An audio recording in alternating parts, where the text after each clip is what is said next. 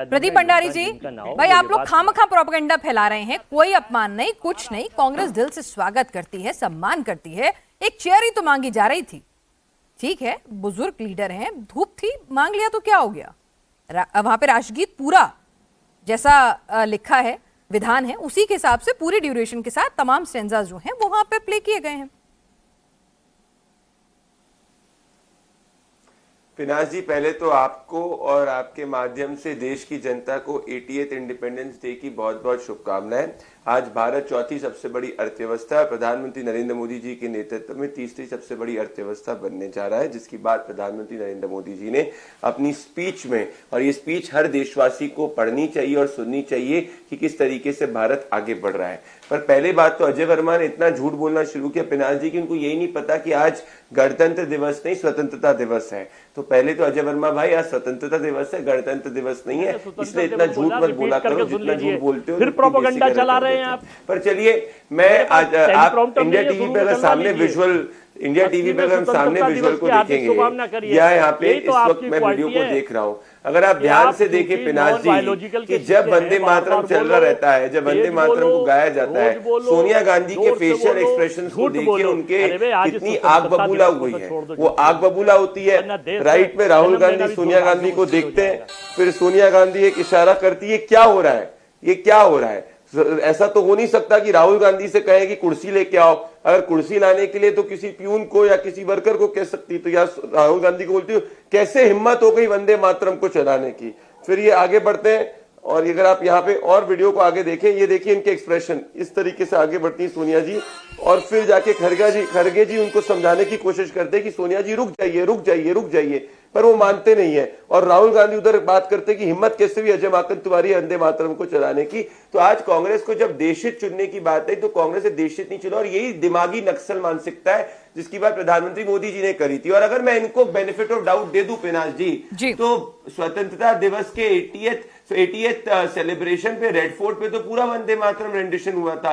तो राहुल गांधी ने उसको स्किप क्यों किया, सोनिया गांधी ने उसको स्किप क्यों किया? इसीलिए किया क्योंकि आज रेड फोर्ट से पूरे वंदे मातरम का उद्घोष हो रहा था। तो इनको दिक्कत जो है किसी भी राष्ट्रवादी चीज से है, यही सच्चाई है। और ये कोई छोटा मोटा नेता, पहले हम सोचते हैं कि छोटा मोटा नेता ऐसा करता है, ये नहीं। कांग्रेस पार्टी की माइनर लीडरशिप को इससे दिक्कत है। आज कांग्रेस ने स्पष्ट कर दिया, वो देश हित के साथ में नहीं है, वो एडवीना हित के साथ हो सकती है या देश विरोधियों के हित के साथ हो सकती है। इसीलिए अफवाह गैंग हारा है और देश जीता है। पर आज कांग्रेस को देश से माफी मांगनी चाहिए कि उन्होंने वंदे मातरम का अपमान किया, लाल बाल पाल का अपमान किया, इस देश की जनता का अपमान किया। अजय जी भाई, जो आज जिस तरह की वो कह रहे थे ना, देश को किससे खतरा है, मतलब हथियारों वाला नक्सल जो है वो तो चला गया, जो मानसिक सोच है। अब प्रदीप भंडारी जी तो 2 कदम आगे बढ़ रहे हैं, कह रहे हैं कि सोच जो है, ये जिसका जिक्र प्रधानमंत्री ने आज लाल किले की प्राचीर से किया, आज आपने उसका एग्जाम्पल दे दिया। देखिए, ये प्रदीप भंडारी जी तो ये पूरा देश जानता है पाकिस्तानी एजेंट है। इन्हें पाकिस्तान कौन? प्रदीप भंडारी जी? बहुत मजा आता है।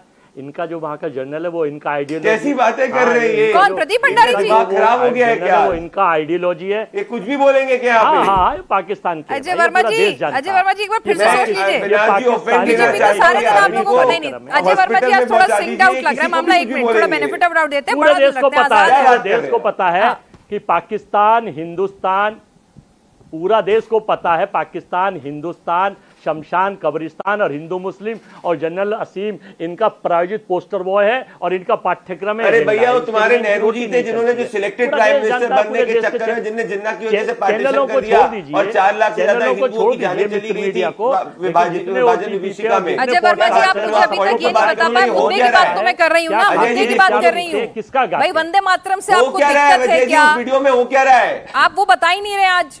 वो तो कह रहे हैं कि आपकी जो नक्सल, जो अर्बन नक्सल, नक्सलवादी सोच की जो बात करते हैं, मानसिक, तो वो तो आपको और ब्लेम कर रहे हैं। देखिए, ये नैरेटिव लेकर जाएंगे, ये तस्वीरें घर घर घुमाएंगे। आपके लिए नुकसान तो नहीं हो गया? ये असली राष्ट्रभक्त और सनातनी है। अच्छा, ये अपने राष्ट्रभक्त और सनातनी है। तो दिखाइए, मेरे हाथ में तिरंगा है, मेरे हाथ में तिरंगा है। देखिए, ये दिखाए अपने शरीर पर तिरंगा कोई भी। अच्छा, ठीक, मेरे हाथ में तिरंगा है, देखिए। ठीक है, ये तिरंगे से हम प्यार करते हैं। ये देखिए, ठीक है। ये अपने शरीर पे दिखाएं, गले पे दिखाएं, गर्दन दिखा पे दिया दिखाएं, मेरे हाथ में लेके हर घर तिरंगा लहरा रहे हैं। सैफरन भी है और उस मेरे मांग में तिरंगा है, मेरे शरीर पे तिरंगा है। सुनो, सुनो, ये मैंने हाथ में भारत के पहना हुआ तिरंगे तिरंगा। में सैफरन भी है, जिस सैफरन का तुम विरोध करते हो। याद है ना तुमने पार्लियामेंट के बाहर क्या किया था?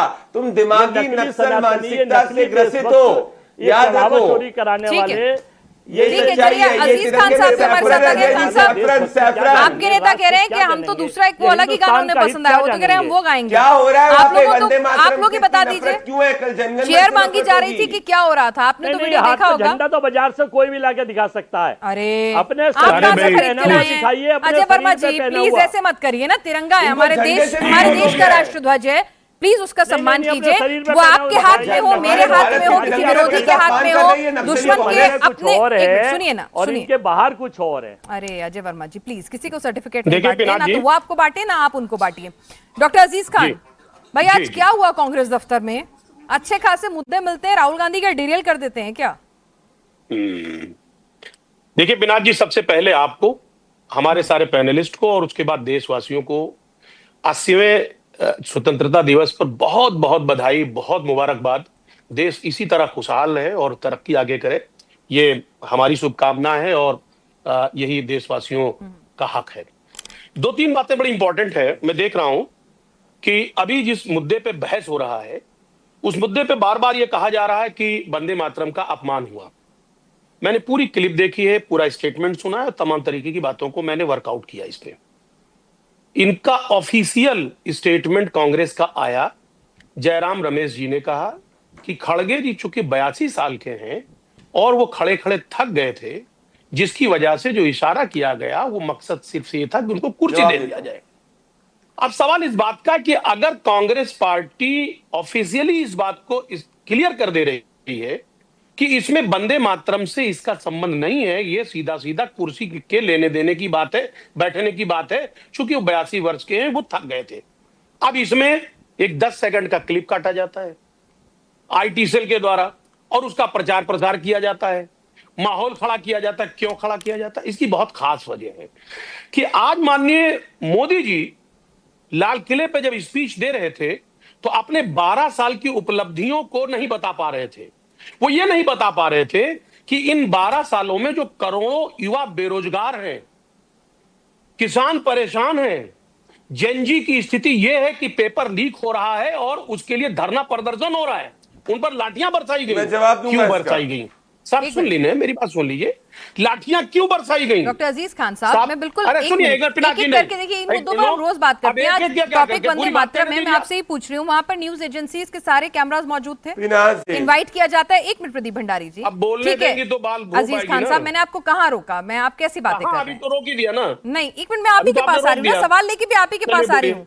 आप उस टॉपिक पे, मैं टॉपिक पे आज बात करना चाह रही हूँ, ताकि अगर गलत नैरेटिव दिया तो आप इसे तोड़िए। इधर-उधर जाते नहीं नहीं, आप उस गलत नैरेटिव को भी तोड़िए। मैं आपसे पूछना चाह रही हूँ, वहाँ एजेंसीज के सारे कैमरा मौजूद थे, क्लिप काट के तो ये लगा रहे हैं, ठीक है, अपना नैरेटिव, लेकिन क्लिप आपको भी दिख रही है, ठीक है, उसमें सोनिया गांधी जी क्या बोलती हुई दिख रही है, जरा वो सुनिए आप उसको।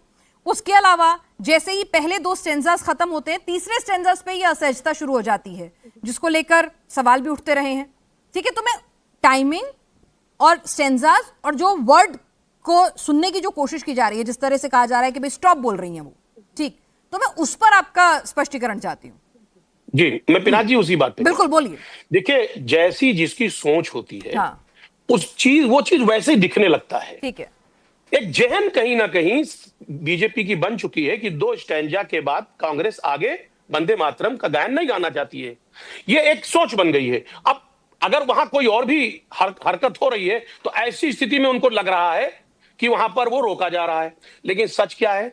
ऑफिशियल स्टेटमेंट आ गया, स्पष्टीकरण दे दिया गया। अब इसके बाद क्या है? लेकिन तस्वीरें भी तो झूठ इसके बावजूद भी सुन लीजिए पिनाक जी, सुने ना प्लीज, अब बात करने दे। मैं बता रहा हूं, आज माननीय मोदी जी, यकीन मानिए, मैं उनकी स्पीच को लगातार सुना मैंने, मुझे बहुत निराशा हुई कि देश के लोकप्रिय प्रधानमंत्री, विश्व गुरु, और जो 5 ट्रिलियन इकोनॉमी की बात जहां पर हो रही है, और आज एक भी शब्द उस 5 ट्रिलियन इकोनॉमी पर नहीं बोल पाए, देश के विकास पर नहीं बात कर पाए,